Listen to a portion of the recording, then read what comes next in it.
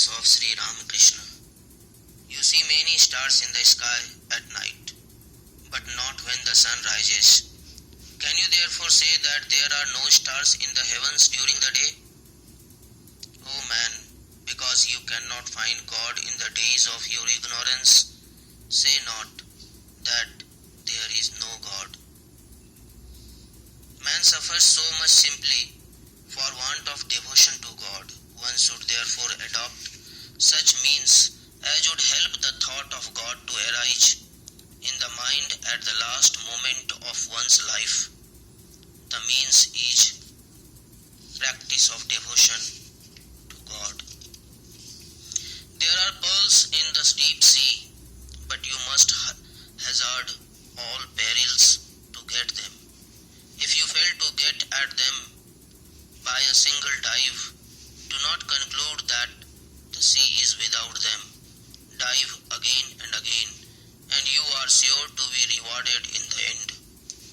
So also in the quest for the Lord, if your first attempt to see Him proves fruitless, do not lose heart.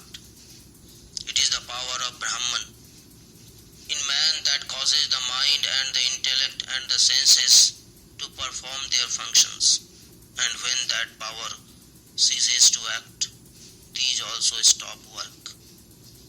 A man who spends his time in discussing the good and bad qualities of others simply wastes his own time, for it is time spent neither in thinking about one's own self nor about the Supreme Self, but in fruitless thinking of others' selves. Be not a traitor to your thoughts. Be sincere. Act according to your thoughts, and you shall surely succeed. Pray with a sincere and simple heart, and your prayers will be heard.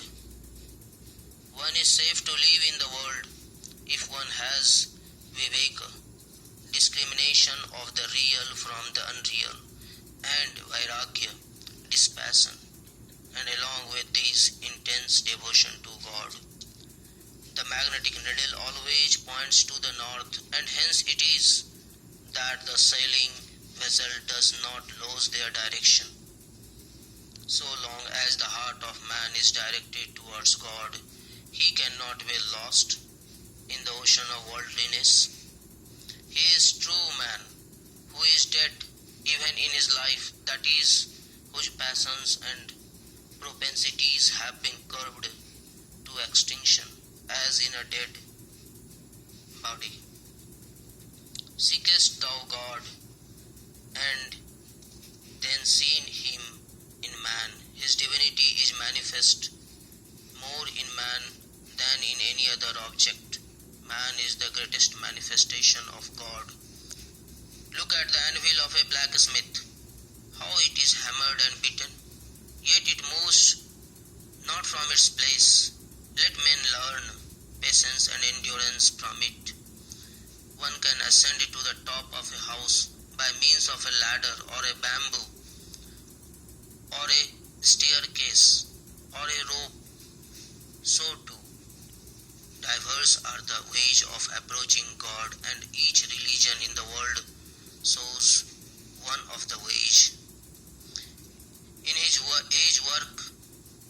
In this age, work without devotion to God has no legs to stand upon. It is like a foundation on sand. First cultivate devotion, all other things, schools, dispensaries, etc., will, if you like, be added to you. First devotion, then work. Work apart from devotion or love of God is helpless and cannot stand.